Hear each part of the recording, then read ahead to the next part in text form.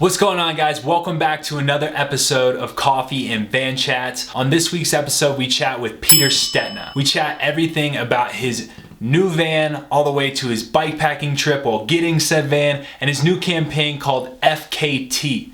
You're gonna have to listen to check out that because that is something cool. If you haven't already, please make sure you hit that subscribe button down below. Also, this episode is brought to you by BeetRoot Pro. I've actually been using BeetRoot Pro for quite some time now, and honestly, it's the first BeetRoot product I've ever had that mixes up well in a water bottle as well as tastes decent. So check them out at BeetRootPro.com.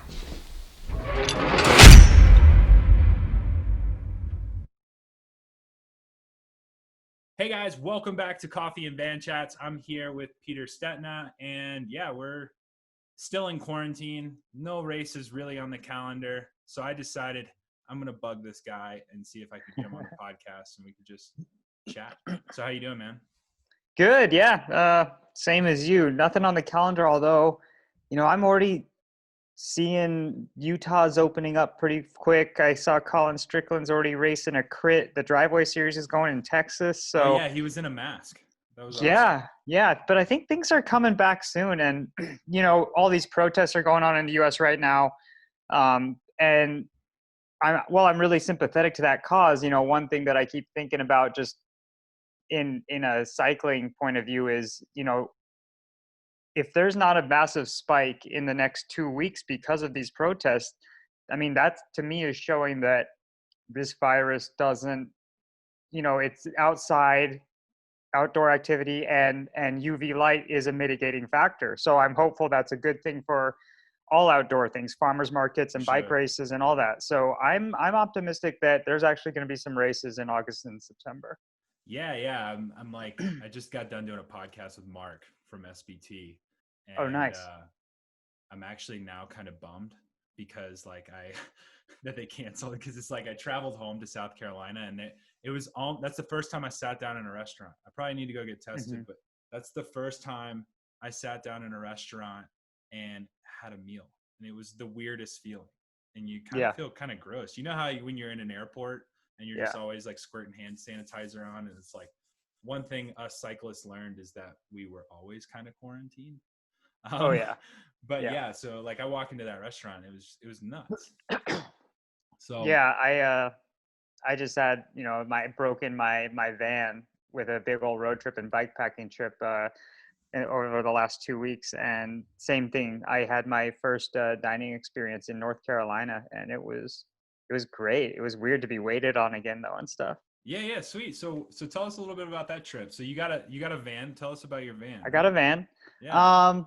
The whole van life thing was, from the outside, you could tell it looked fun and it looked rad, but it was also, kind of hipster, and it was never something that really I figured I would do. Instagram is a bed of lies when it comes to van life. It is, and I was just like, coming from my pro tour world, it's like, you know what, I'm just gonna fly and rent a car and stay in a hotel. Like, I know that world, it's easy. Yeah. And then all this COVID happened, and I just realized, if I want to go do events when they start up again, and if I want to be responsible and healthy about it, and as I'm pivoting to some alternative plans that we can talk about a bit, I'm going to have to basically be self-contained, and the van makes sense. So it was very much an unexpected but a logical cost. So I went down the wormhole of the van life research, which I'm sure you can relate. It's like, it's a freaking addiction when you get deep into it. And for sure. Yeah. It gets like, because you're trying to figure out, do I want solar panels? Do I want water? Do I want, what fridge do I want? You're just like looking at all these different aspects of the van. And, depending on what van you have, what size you have, like what kind of van do you have? So I got a Mercedes Sprinter. Okay. Classic Sprinter. It's a 3500 dually wheel in the back, which really helps in those Kansas crosswinds, a little more stable. 2011, so you got to deal with the whole DEF issue, which was something I learned about. But it's like filling up your gas. My van could probably fit in the back of your van. So I have a Dodge ProMaster City, which is like this cargo van. Okay. It's like the hotel of the, the big time vans? Next, you should actually talk to my mechanic, Big Tall Wayne. Big Tall Wayne lives in Truckee. He comes to all my races, or my biggest races, with me. But he was my sounding board for all this. He spent 14 months in a converted GMC Savannah traveling to the southern tip of Patagonia and back. Wow. All over. So, I mean, he lived in South America in this van. And he was the guy that really helped me down this wormhole, and started, rule number one, you got to think about insulation. If it's the wrong stuff, it becomes a yogurt container in there. Yep. So you start there, and it's easy to see how people drop way too much money on these things. Luckily, I did. Yeah, like because the sponsor that I work with, it's Contravans. They outfitted the entire van, and they took care of it, and they specialize in cargo vans themselves. But their sister company is right next door, which is Van Life Customs, which, I mean, if you're doing any sort of marketing SEO, I think they nailed it on the head as far as like naming their company Van Life Customs. But yeah, legit. I think they've done a few vans for Red Bull. If I'm not mistaken, I think they helped Payson with his. Don't quote me on that, but I think there was some help there. But yeah, they do it right here in Denver, Colorado, and so it's pretty interesting stuff. But so how's your van built out? Like, did you build it out personally, or did you take it? No. So yeah, I was looking around West Coast. It's so popular. They're so expensive. But I had my buddy Matt in Atlanta. He works for Wahoo. He was selling his, and he had actually built it all out himself, but he had done it really well. He's a really good handyman. And he let me know that he was ready to sell it for some lifestyle changes on his end. So I researched it all, and I was really happy with what he had done. So it's fully set up already to do bike events, but as soon as you're in it for 3 days, there's a million things that you would curate to you. But at least like I can immediately be on it and going to events if I want. So there's a fork mount underneath the bed in the back. However, he's a shorter rider than I am, so I gotta raise the bed an inch eventually. But there is a fork mount. It's got a solar panel with a little mini Yeti Goal Zero, enough to like charge your laptop. There's lighting in it. There's good insulation. Queen size memory foam mattress. So I mean, it's fully set up to live in. How many vents do you have up top? Because I've found that's like a game changer. The fan. The vent. No, I just have the one fan, and we have these little louve windows on the side with screens. And so at night, I turn on the generator. I get the fan rolling through, and I open up the louve windows, and you kind of get like a draft running through the whole back end. That's good. That's like especially in Atlanta. So I'm assuming he had a fan put into that, because like, I mean, the humidity just when we were in Brevard, North Carolina this past weekend was insane. Oh yeah. I mean, it's insane. So just getting any bit of airflow in there was a game changer. Oh yeah. And good insulation, and he has all the good like window covering. So when I park it and I close it all off, I mean, it stays cool in there. I was getting cold at night actually. Were you sleeping in it at Mid-South? No, I like literally just did this in the last week. Oh wow, okay. So cool. yeah. So this worked out perfect then. Yeah, because I was like, man, I'm a van life virgin. Yeah. I was like, when I got you on the podcast, when I sent the message, I was like, we're probably gonna have to talk about World Tour this, World Tour that, and I'm like, this is gonna be a headache. And then you're like, no, dude, let's talk about van life. And I'm van life. Yeah. All right, I'll just roll with it. So I didn't even know you had a van. So that's cool, man. Yeah. Yeah, no, I just went down the whole wormhole, and I'm fully hooked, and I'm planning off-season projects with Big Tall Wayne. I got to raise the bed. I got to get a second solar panel so I can actually have a fridge in there. Right now, I just rock with the Yeti cooler and a bunch of ice packs, which honestly does everything you need. Because I got hooked up with when I got the van, I got hooked up with Dometic, the Dometic fridges. Yep. And it's a 12 volt. Oh, wow. And so you can literally plug it into a cigarette lighter. And so what I do is I plug it into the cigarette lighter of my my battery inverter, so it charges off my car. and essentially it works just like a refrigerator as long as And it it's doesn't at. drain your car battery for too long, Nope. like No, overnight. because it doesn't go off my car battery anymore. Then it goes off the Gotcha. inverter. So it goes Oh, wait, car wait. Yep, battery. yep, Yep. So it yep. goes car battery, fridge. And as long as the car is on, that's charging that battery, which is charging my fridge. And so, Yeah. yeah. Yeah, I my mean, I guess, system, it's fully independent. The car battery doesn't touch it. So it's just solar panel to the little Goal Zero electric generator. And then that is the one that's hitting the lights. I got a deep sink with a water pump in it. So I actually have running water in the thing, which is oh, nice. sweet. Little gray water tank and a fresh water tank. Yeah. But yeah, if I upgrade the electrical second solar panel, which is like $100, then I'm going to go for that Dometic and maybe even get like a hose bib for washing myself and bikes. Yeah. We can kind of chat about this after the podcast, but I got like a whole 5-gallon tank that's hooked up to the electrical that's under my bed. And this is all in my cargo van. Yeah. It's a 5-gallon tank that Okay. is like a shower. And Okay. so it's pressurized off the battery. So it's pretty neat. Interesting. Yeah. So we can kind Interesting. of chat about that after the podcast. Definitely. But yeah, so it's super cool because what it does is I just fill it up with a hose, 5 gallons, boom, you got water. And I use it mainly because showering out of the back of it is pretty hard. I use it mainly for like washing dishes. Like that's what I've found to be such a headache. The last thing I want to do is like take paper plates and just toss them. So Yeah.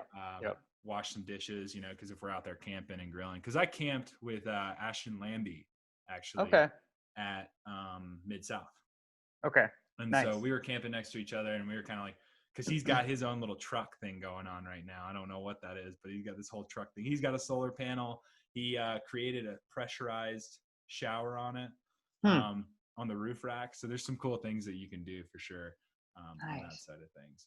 But yeah, so is your plan to travel to some of these races and camp in the van now? Only, like, I mean, that's pretty much awesome. all I'm doing. If there's an East Coast event, I'll probably fly. I mean, I can't handle too many cross USA trips. Yeah. That hurt. But yeah, I think it sounds like there's going to be some events in Oregon and Utah and maybe even Colorado happening in the next few months. So Yeah. I'm just going to road trip everywhere and be self-contained in that van. It's great. It's, it becomes your bed. It's your moving apartment, super comfortable. And yeah, no, I'm fully invested in this. Yeah. So what did you do? Did you fly to Atlanta or did you? So, yep, I flew to Atlanta, one-way ticket. And honestly, the flight with all the COVID stuff, it was really comfortable. The worst part is wearing a mask for 5 hours, but Yeah. I mean, no middle seats were available. They give you this pre-sealed bag with a bottled water and a granola bar, and I mean, it felt safe. Okay. And I actually, since, if I were to fast forward, as soon as I entered California again, I actually did get a COVID test because I was like, all right, I'm red flag number one. I flew across the country. I was in the Southeast where a lot of folks pretend that this thing doesn't even exist. And then I road tripped all the way across home, back home. And I was negative. So sweet. That's good. But yeah, anyway, so I flew one way to Atlanta, picked up the van from Matt. But he had this bucket list trip, which is called the Appalachian Gravel Growler bikepacking trip. I've also never bike packed. But anyways, I just recently did mine. There you go. Oh, that's cool. Yeah, go for it. Very much a Cat 5 bikepacker. But so I got a bunch of packs, from my Shimano sponsor, or from Shimano, my sponsor. They have pro bags. And I got a couple lightweight little sleeping pads. And so we caravanned from his house in the van to Asheville, North Carolina. And it's this 200-mile route that connects a bunch of the famous breweries in the Southeast Asheville region, which, Sweet. Asheville is, for all the West Coasters out here listening, it's like Bend or Boulder for beer. It's crazy. It's where I went to college. So yeah. Oh man. Yeah. It's such a cool town. I'd never been. So yeah, we did a 2-day bikepacking trip, got caught in a thunderstorm overnight, which royally sucked, but it was a good time. On the Blue Ridge Parkway, ate in our first restaurant since COVID went down. Isn't it nuts though how people are acting like, because when did you do this trip? It was probably about 2 weeks ago now, this weekend. Yes, Yeah. same. So I literally was in Brevard around the same time. I left from Colorado Springs. I get to Polidoro Canyon in Texas, camp out there. And then I go to my first gas station and I'm wearing a mask and doing my due diligence, and it was as if I walked in and I pissed everybody off in there. They're like, "You're wearing a mask? Are we gross? Like, what are you doing?" Oh my gosh. and then I get to Arkansas and whatever else, and at this point I've gotten comfortable enough where I'm not even wearing it anymore. And then people are like, "Why aren't you wearing a mask, dude? Like, you need to be respectful." And I'm like, "Oh crap, I put the mask back on." And then I get to Asheville and it's it's kind of the opposite, like you got half and half, just like people wearing it and not wearing it. So it's pretty nuts on that front. Yeah, the Southeast, and most of the U.S., I was usually the only guy wearing a mask in these gas stations, although they still have copious hand sanitizer, the plastic guard up and everything, the protocol. As far as I can tell, a lot of the U.S. is open for business. So, we finished in Asheville. I stashed my van during the trip at Brent Bookwalter's place. He lives in Asheville, North Carolina. So I was supposed to go pick up a car title from him. So Brent, if you're listening to this, I'm sorry I didn't pick up that car title. Excuse me. And then we picked up a bunch of good craft beers, and I started making my way back west. So I hauled through the night, sleeping in pullouts and all that. The iOverlander app is saving my ass. It's amazing. I'm learning all the things, all the tricks. I pit stopped in Emporia, rode with the Lifetime folks at a little bit of Dirty Kansas homage just to see it and feel. And then made my way to Boulder, where I grew up, parked outside Mom's house for a few days, rode with Alex Howes, got into Moab. I did the white rim on a gravel bike, which I would not recommend for anyone that likes their back and their ass and their wrists.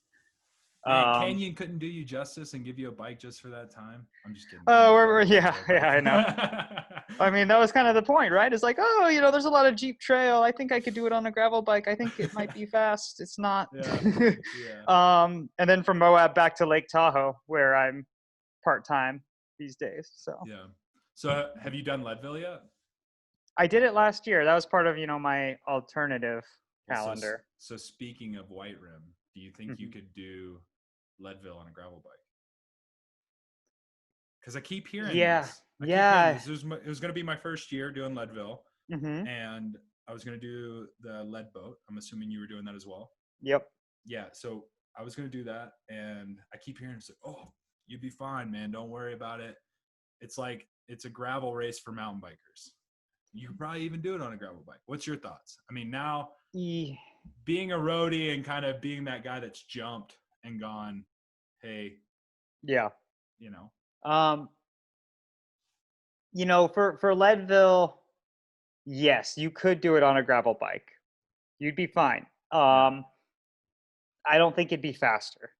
Okay. I think it would suck. I think it's just too rough and too long. And over that amount of time, it's just like you're going to burn more energy dealing with the bumps and slowly picking your way through the few technical sections than just blasting through it. That said, you could totally do the Leadville course on a gravel bike and you'd be fine. It just wouldn't be as fast. And that's kind of why I did the white rim that way is, kind of one of these pivot projects I'm planning on is an FKT attempt at the white rim. It's kind of a hallowed ride these days. And I was planning it as early as Mid-South. And then all the lockdown happened, like Canyonlands closed the park hard. So as miserable as Mid-South was, I'm just so grateful it happened that we me too. One race in, Me too. It was so good. It was such a good time. But yeah, so Leadville, I think the fastest for both of those, honestly, would be like a Franken bike. You would have to do, I would say, a hardtail mountain bike, but then like get drop bars on it or something like that. And yeah, just go like stupid, weird, nerdy aero, like drop bars. dropper Yeah. post on it, but Yep. it's still nerdy. Like, yeah. Yep. No, that's cool. 100%. I think that would be the hot ticket, to be honest. Yeah, because like being here in the Springs, part of me, depending on how this whole coronavirus thing plays out because it felt like, I don't know if you felt like this, but it felt like I left Colorado with a pandemic and I came back to Colorado and everybody's now on the same page as everybody in the Southeast. So everybody was getting shit in the Southeast for opening up, and now they're doing the same thing. I was wearing a mask in my local coffee shop the other day that I got kicked out of for forgetting a mask, So Really? yeah, and it's like 2 weeks ago, and now I'm wearing one, and nobody else is, and everybody's sitting down, and but yeah, like part of me wants to go up to Leadville, but at the same time, like Leadville, Aspen, and those small ski towns, you just never know. Like the last thing you want to do is be the reason for their pandemic. Yeah, and you got to just respect everyone around how they feel about it. That's kind of why I bring the mask with me and I kind of start with it. And if someone just says like, that's not needed, I'm okay with that. I personally feel like I'm masking up for others that are more at risk. That's just my personal feeling about it, and that said, I feel like California is the same way in that in the last few weeks, everything's opened up. I feel like people have kind of hit this cracking point and they're just, life needs to move forward for a lot of folks. So that's, I'm part-time in Tahoe a lot of the time. And it's very open for business now. I mean, Airbnbs are going again and all of it. So. Yeah. So what do you do when you're not riding, man? Like everybody's got these weird things. I know Colin Strickland has this weird truck that he's building, which I'm hoping to get him on the podcast soon so I can hear about this craziness that he has going on. He gave me some ideas. It was, he's got some Frankenstein thing going on. Yeah, because he's like 3D modeling. I don't know what Colin Strickland has done in his past life, but it's almost like he's this engineer that I don't even know about. So what do you do in your free time, man? Like I know you race the World Tour. That's cool and all. What Trek Segafredo, whatever. Tour de France, all the Grand Tours. I don't care about that stuff. Tell me what you did before that, man. Like what's your hobby? Like you retire today. What are you gonna do, man? What are you gonna do? I know you're gonna live in your van now. But. Yeah, I'm gonna dirt bag it. Just live in my van. Catch up on everything I missed in my 20s. I'm a bigger. Exactly. The wife finally kind of cracked on me and she's asking me to shave it. She's good with the stash, but the beard was too much. If you guys are listening to this on the podcast version, you can't see the video. Stetina has decided to grow his quarantine Stetina beard. So he's trying to stay original. All of us are trying to grow stashes. And he's like, dude, I did that a long time ago before. Now he's growing a beard. Yeah, it was kind of the moment. It's just like, let's see how far I can take it. I got a lot of hair too. And I'm gonna man bun it maybe. Yeah, it could be worse, dude. You could have the receding hairline and be balding and doing all kinds of craziness. So it could be worse.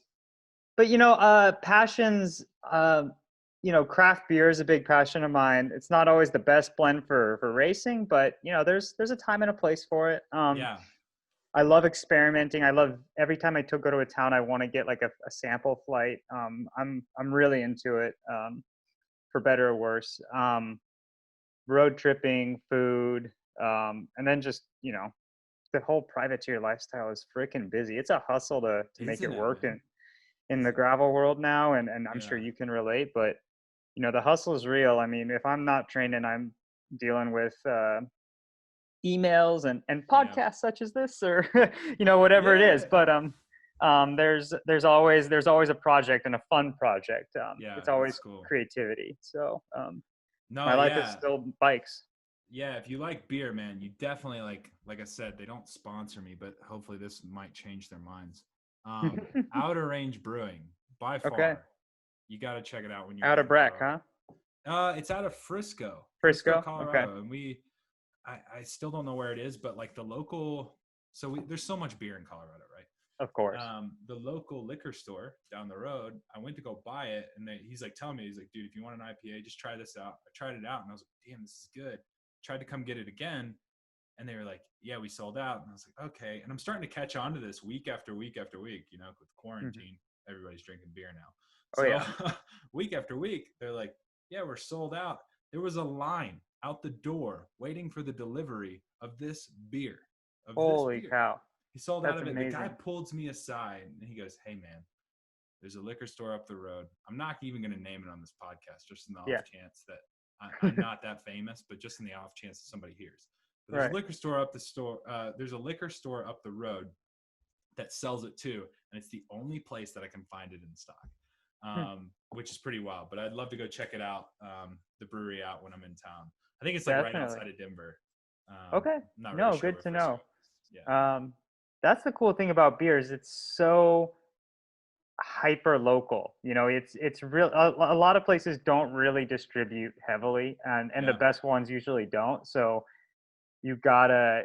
That's kind of the cool thing about traveling is you want to visit the local spot. I mean, Asheville. You know, we went to Burial, and it blew my mind. Burial is amazing. You know, I've got some good stuff in Colorado. Every time I pass through, I've kind of got like a favorites list there. And, you know, in NorCal where I'm at is heaven for craft beer world too. I haven't tried NorCal yet. I mean, we got Bay Area, but up in Santa Rosa, you know, we have, you know, it's home of Russian River, which is Pliny the Elder, which is kind of like the godfather of IPA. And we've got probably 20 craft breweries in town. It's unbelievable. You know, I partner with Revision Brewing out of Reno for my event every year. So we make a namesake hazy IPA that they kill it. That's awesome. So, no, yeah, that's the fun thing though, is everywhere we go, there's always a local brewery. Well, cause you got the Mid-South, they do a beer. And then you got, I think Belgian Waffle Ride partners with, you know this better than I do. What's the Lost Abbey. Yeah. Lost Abbey. Good, and so they do a beer. When are you going to do a beer? I mean, I have a beer. You have a beer. Let's hear about it. I have a beer. So, what is now the Pay Dirt, which was my gravel event that we've unfortunately postponed. Okay. It started as a road fondo a few years ago in Tahoe, as you know, those are my training grounds. It's for a charity, and I went to this brewery that was just starting out, Revision, and I was like, hey, you know, we passed right through Reno before we climb Mount Rose. You know, we need a beer sponsor. You guys are new. Like, you know, would you be into giving us some beer? And the guy used to mountain bike race in college. So he was like, you know what? Screw that. Let's make a beer. So we sat down, we collaborated and talked about flavor profiles and all of it. And lo and behold, we made Prospect and Pete's Pale Ale in 2017.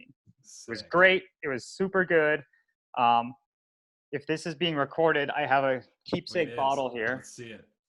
So this was the first year. This is my famous beer wall here. Oh, awesome. Some famous, there's Pliny the Younger. That's the Belgian Waffle Ride. So this was Prospect and Pete's Pale Ale. Yes. You can see cowboy stash. Looks just like you. But being a pale ale, it just, you know, in the US it's all IPA, it didn't sell well. Yeah. So the next year we hazed it up, the whole haze craze, New England style hazy IPA. Yeah. So it became Pete's Secret Stash with the mustache going into the space dust, the ethers. That's awesome. And so now, do they sell that now? Like if I wanted to like go in there, I could buy it, or like is it like brewed? It's a limited release. It's only available during my event season every September, but it is available to their entire distribution network. So, cool. I mean, I had people messaging me pictures of the can in Japan, and I mean, Revision's blowing up. They actually beat Pliny in blind taste tests. They're a great company. So, wow. Good quality stuff. And my beer is a hazy IPA. So sweet. So when's your event postponed till? Next year, September of 2021. Yep. Yeah. Yeah. We how's that affecting you? Like, because I kind of talked to Mark a little bit about that, and Mark was like, you know, he's super honest about it, and you know, you can tell he's done it before. But dude, you're a bike racer. You know, you run an event as well. Like, how was like, give us kind of the in-depth detail of like how hard that was to kind of just push it off, or was it easy? No, it was really difficult, especially because we had transitioned to gravel in line with my career. We were launching out of Carson City, and Nevada is usually pretty relaxed about their rules compared to California. I was optimistic. However, we kind of hit this point being a new event, more so to speak, where we opened registration right after Mid-South during the height of COVID craziness. So we hadn't sold out yet. We were looking good. And it was just this moment where, okay, now we have to start like putting down deposits on vendors and bands and all this stuff if we want to move forward in this unknown moment. Or if we cancel now and postpone, we can offer every single person that signed up 100% refund should they want it instead of deferring. And it just, that seemed more responsible to us instead of waiting. And, you know, every organizer's kind of taking a different stance on, you can only defer, store credit, or it's a full refund, or we're keeping your money. I mean, there's a whole spectrum of answers, and everybody's different. Like I'm sympathetic to it all. I mean, organizers, just like the pros, like they gotta make their living off of bike events too, you know? So, but yeah, so that was the call we made, and it hurt. But at the same time, you know, it just allowed me to kind of focus on the events that should go forward. And that's kind of what I'm trying to do. Yeah. So your thought is like, you're ready to race. I mean, yeah. I'm you know, the same. Yeah. I'm ready to. As soon as there's an event confirmed, I plan on going there and being as responsible as possible in my van. Yeah. And you know, like not doing all the local restaurants and everything. You can actually be super responsible. You're a moving hotel, you know? Like, I mean, because like I felt so odd about sleeping in a hotel, because you never know what hotel you're gonna get to. On the outside looking in, for sure, you never know what you're gonna get. But I always know what my van's gonna look like. Mm-hmm. I have somewhat of an idea. It's probably gonna have a ton of Monster cans and my 100% glasses laying around from the long drive or whatever else, and I just make it work. So yeah, that's super neat. And so I guess what the first race for you would be Dirty Kansas, which was no. There's tentatively some gravel stuff going on in Bend in late July, tentatively. Okay. And then August, it looks like there could be some stuff in Utah potentially. There's a new Utah event that's on the books. There's also a Belgian waffle ride for the East Coasters, the Asheville folk. They have not canceled yet. I don't know how it's looking. I've heard like 3 different ways, and I know Michael Marks, and I probably should just reach out to the guy, but I've heard it like 5 different ways. It's like, it's been canceled. We actually rode part of the course when I was in Brevard. Awesome. And it was super cool because you probably know Boucher, right? Mm-hmm. Yeah. So supposedly he helped build some of the course from what I'm hearing. Okay. And it's a cool course, man. I mean, or at least the part that I rode on, it's like goes through DuPont. I don't know if you got to see much of DuPont. No, I didn't. Oh my gosh. I mean, they were telling me that I could probably just in the park alone ride 100 different miles of gravel in the Holy park. Cow. So just in the park alone, I would never have to repeat gravel. It'd just be 100 different miles of different gravel. I was riding with Dylan Johnson's YouTube guy. So it was pretty neat. And I hope that race does happen. I mean, Asheville seems to be moving. It's really going to be kind of who can get, you know, the local health officials sign off on it, you know, and the event won't look the same. It's going to be, I mean, I think you're going to have to think about wave starts and all that, but you know, at the same time, like farmers markets are going now, like outdoor events, like without spectators. I mean, they should theoretically be happening, if not already in some states. Apparently there was a Grand Fondo in Utah 2 weeks ago, like aid stations and everything. Someone told me about it. I was blown away. So, well, you had the Mohican, which I'm not familiar where that's at, but the Mohican mountain bike race happened. Oh, did it? In North Carolina. And then you had a gravel race in Kansas this past weekend. I just heard about via Instagram. Yeah, there was a gravel race. Oh man, I was like right in there, that area. I would have done it. Like, so there was a gravel race there, but you know, a lot of the locals I don't think are going to be like, hey Pete, if you want, there's a race coming and I'm going to race it and you're going to race next to me. I would like to win it, but hey, do you want to come? Yeah, I know. So, I would have ruined it for him. I'm ruining gravel. I know. I know. You're the taking all the funds. Scapegoat. Well, scapegoat number 1. You're that infamous guest that I bring on, like the Darth Vader or whoever else that is gonna make my channel blow up. Hopefully. You know, Alex told me, he was like, you just got to embrace being the villain. And I am. I'm not sorry Well, is anymore. Alex even technically the villain? I love that. It's like Alex and Lachlan are like the gods, but you've been dubbed. I'm the villain. Yeah, you've I'm been wearing all named. black right now. I'm Gravel Vader, I guess. Yeah. So your first gravel race was the Belgian Waffle Ride, right? Yeah. Yeah. So tell us a little bit about like what's your first experience? Because when me being a professional track cyclist, like Mhm. Europe, World Cup to World Cup, like I had this whole pretentious view of like it's just a gravel race, it's whatever. But Mid Right. South was the hardest fucking thing I've ever done. It was bananas. It was so And hard. I got dropped out of the front group within the first hour, and I was like, I should be able to hang with these guys. But dude, I got dropped at the single track section. I just literally Oh couldn't yeah. handle my bike through that Yeah. stuff. I didn't know what I was doing. Yeah. Yeah. Yeah, that was real racing there at Mid South. That was hard. Oh my God. And you know, just the mud there, you had to earn every pedal stroke. If you coasted for two seconds, you stopped. So it was literally like a 6-hour hill climb, if you want to think of it like the power Yeah. file would have looked like that. But yeah, BWR last year was my first big boy gravel race. You know, I'd done a bunch of grasshoppers in Northern California before, which are like the original adventure race series. They've been going for like 22 years before gravel was even a thing. Yeah.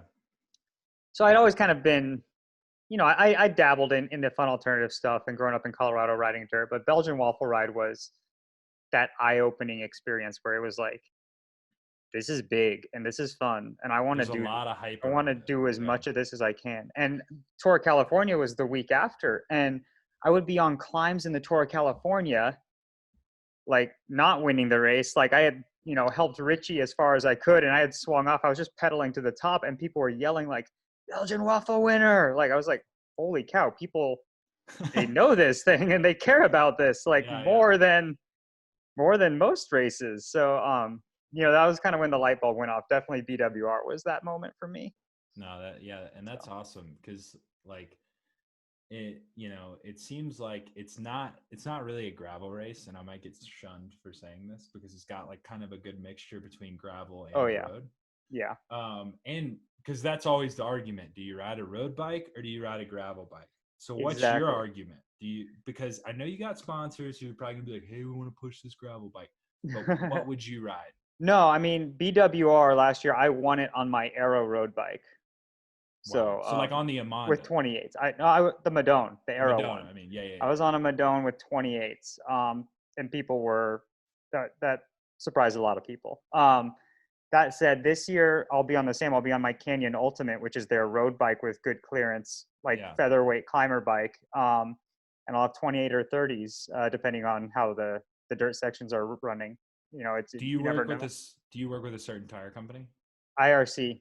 Yeah. Yeah. So what tires are you going to choose, and like, you know, what would be your thought on that? Like slicks They have or these things, yeah, like road slicks, but just they have these things called RBCC, which is like this rice bran compound that's kind of like a little bit more burly, a little bit more resistant, a little okay. more grainy, I guess, to Yeah, give you yeah. some traction, but it's still like a road slick. No, that's awesome. Um, so, you know, I work with IRC for tires. They have some good quality products, and they're making a big step into the tire world again. They used to be, you know, heyday of mountain bike in the 90s. They were the shit, but Yeah. now they're really invested in coming back. Because you helped design a few tires for them, right? We're Or like, working on some yeah, projects. Yeah. that's So we should cool. have some cool stuff coming out. You know, given I'm able to give some intel and push them to the limit. And you know, that's the thing about BWR is Michael Marks, the founder, he does not call himself a gravel race, but everyone else does, and they kind of like don't let him get away with it. He Yeah, very much advertises himself as a spring classic. yeah, You know, it's a road race with sections like Roubaix, but these are yeah, like dirt sections thrown in. That said, it's a gravel race, man. Like it's and because gravel isn't exactly a road consistency. It's a lifestyle, and it's a it's a it's a culture, right? Like it's the mass start, it's the brewery finish before and after. It's all the fun around it. And everyone doing the same route together. So while BWR does cater to this kind of elite pro field, and there's a prize person, all that, I mean, it's still very much a gravel race. And that's also why I feel like Leadville, even though it's a mountain bike race, should be, I personally consider it, or a gravel race. It's not that technically challenging compared to other mountain bike events, and it's that marathon format where everyone's going together. So. No, that's super interesting take, because just, my first gravel race was Mid-South, me and that's pure gravel. That's definitely gravel grinding. Oh my gosh. Like me and a couple other Team Pursuit guys, Danny Summerhill, Grant Kuntz, and Ashton Lambie, we all kind of came together. I mean, Ashton's graveled out, but we kind of all came together to race. And I don't know, did you ever dabble in the track? Because I know, like, around your time they tried to pull a ton of road guys into the track. But as a flyweight climber, nobody wanted it. No, they did not want to touch it. Yeah. Okay, yeah. So on the track, there's this thing, like when in the Team Pursuit, there's a lot of communication. You have to finish with 3 riders, just like a team time trial. You have to finish with a certain number of riders. And we, so I had gotten dropped about an hour in. Ashton was already like not motivated when we woke up to rain and we were eating oatmeal. I haven't seen Grant Kuntz at this point. And all of a sudden, after the first rest stop, I had gotten my bike pressure washed and got everything off of it. Yeah. And finally I had gears again. Nice. And I see Danny Summerhill just coming the opposite direction. And he just looks at me and he goes, 3. I was like, what the fuck, 3? And that's what we used to yell in the Team Pursuit when the 4th rider would bail. And so that way you wouldn't exchange for 3. Right. So you wouldn't miss the exchange and do a second pull into the back. So he's yelling 3. I get a text on my phone from Ashton Lambie about mile 65. And it's 2. And then I see Grant Kuntz at mile 80 at the last rest stop. And we're cheesing at each other. And he just looks at me and goes, sorry, man, 1. Like he quit right there. And he was eating Oreos and drinking beer. And I was just like, oh man. I think he was taking shots of whiskey at that rest stop. And so at that point I was like, it's just 20 miles. How bad can it be? At the speed I was going, 20 miles. Oh my God. At the speed I was going and the amount of gears I had. And I went ahead and bought Di2 out of pocket after this race. Yeah. Because if you had cable shifting, you were fucked. Oh yeah. And then on top of cable shifting, if you had any lower end componentries, you were definitely screwed because it just blew apart. So I had the top end of my cassette and the lower ring. So a 34 or whatever, and like a 23 and 26. And that's what I heard, 23 and 24, like in that range. And yeah, man, I just chugged along at like 10 miles an hour, just like, Jesus, I just got to finish. But when I finished, you would have thought I had just won the biggest race ever. Bobby's there trying to give me a hug. Like beers getting thrown at me, like people are super stoked. Yeah. Gravel is a culture. It's insane. Like that feeling is insane. That's the most love I ever got for getting 60th fucking place that I'll probably ever get. Oh yeah. Yeah. No, and that's, Colin put it a good way, Strickland, and he was just, people they care about the race in the front, and there's like the pros in the front doing, there's like a little sparkle factor to it, but that's not really the point. The point is you're all doing this together and you win when you finish, because these events are so hard and so challenging. And that's the point of even doing it, and that's why I like doing it. I mean, I had the same story as you. It was just, I was actually in the lead, and then my gearing blew up on me, just one wrong line, and that gumball of red clay dirt just went into everything. And there's this point with probably like 10 miles to go, like where my bike was so gummed up, I was standing there like trying to scrape at it, and it was like somehow accumulating while I wasn't even moving. Yeah. And Jonathan Baker, who's Mr. Cyclocross, like this masters cross racer, he's just a wizard, with mud. Yeah. He's just walking by me with his bike on his shoulder, and he's like flicking mud off it with his other hand while he just walks past me onto the podium. I was just like, are you kidding me right now? Wild, man. Because like I heard an interview with Payson, and Payson Yeah. was like, yeah, I just told myself if I had to stop, I was running. And I Yeah. was just like, fuck, you thought that hard on it? Like, I was like, I didn't know I was going to stop. Like, part of me, like, I was like, should I wear road shoes? Yeah. You know, like, Yeah. and you keep hearing this, like, your first gravel race, you're like, dude, if it rains, like, it's a different bike race. Like, Oh if it yeah. rains, you just know it's going to be a different day on the bike. And I'm just like, how bad can it be? Like, I've ridden in Yeah. the rain, I've ridden in the dirt, and it didn't really hit until about mile 30, in Yeah. my opinion. Like, riding through the sand and the dirt early on wasn't bad. My bike Right. didn't start to clog up around until after the hill, that Yeah. whatever that hill is. Yeah. Yeah. That's where I started Um, to feel it. yeah, it was like while it was raining, it was fine. But then as Yeah, soon as it starts to warm up in the day and the rain had stopped, that's when it all just started to soak into that ground. And yeah, that was the issue. But like you said, I mean, it was just, and that's kind of how I'm trying to embrace this gravel thing is, I mean, I want to race. Like yeah. I like racing, and anyone who pins a number on, I mean, they It's a can tell bike you race, yeah, how people are competitive, right? yeah, But that's almost secondary to the experience. And I know there's days when I'll win or podium, and there's going to be days when I walk in hours behind, such as you had happen to you, yeah, and it doesn't matter. Like you get a beer, it's great for celebrating, and it's great for commiserating, and you have a damn good time afterwards. You yeah, get a and cause, story out of it. yeah, because you're just like immediately thinking too, like you're like, well, shit, like I got all these sponsors, I got all these people behind me, and you tell them the story of it, and they're just like, that was awesome, and you're Yeah. just like, on the track, if I don't get a result, I lose a salary or I lose my team or whatever Oh yeah. is going Yeah. on at that time. So the Right. fact that you're super stoked on this is insane to me. But yeah, okay. Yeah. So Yep. Yep. yeah, so that's cool, man. So I don't want to keep you all night. It's getting I a little late appreciate it. in, Yep. in California. But yeah, just before we end, I know that you got into a little bit of bike packing, and thereabouts has made the bike packing cool and all this other stuff. But do you kind of have any other trips kind of lined up, or is it kind of secretive right now? I can start to announce a little bit. When is this airing?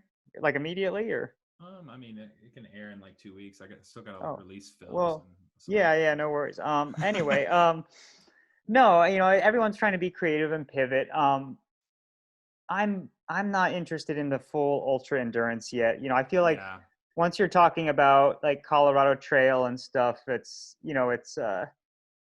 bikepacking is fun with yeah, buddies and the adventure, but I feel like if you're trying to go for that super long records and stuff, it becomes like a sleep deprivation contest. yeah, Like exactly. I'm not that into it, but I immediately went after Mid South into this planning project. I'm hopeful that races will take off soon, and I'll also be um, targeting a couple FKTs that are more well respected, and try to maybe establish a few routes of my own, Hmm.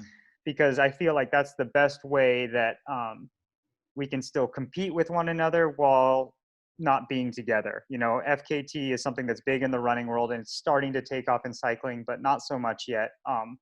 Everesting doesn't interest me. Good. And yeah, so I think the white rim is an objective for this fall. And the nice thing about FKTs is you can kind of wait for just the right course conditions and deal with all the technical aspects of it. It'd be fun. It's a fun Yeah. project. And something where you can highlight your sponsors and the right equipment for the battle. I had my eye on Cocopelli Trail, although Lachlan drastically lowered that bar, so we'll see. Yeah. And Rose to Toads is a big ride here at Lake Tahoe. Okay.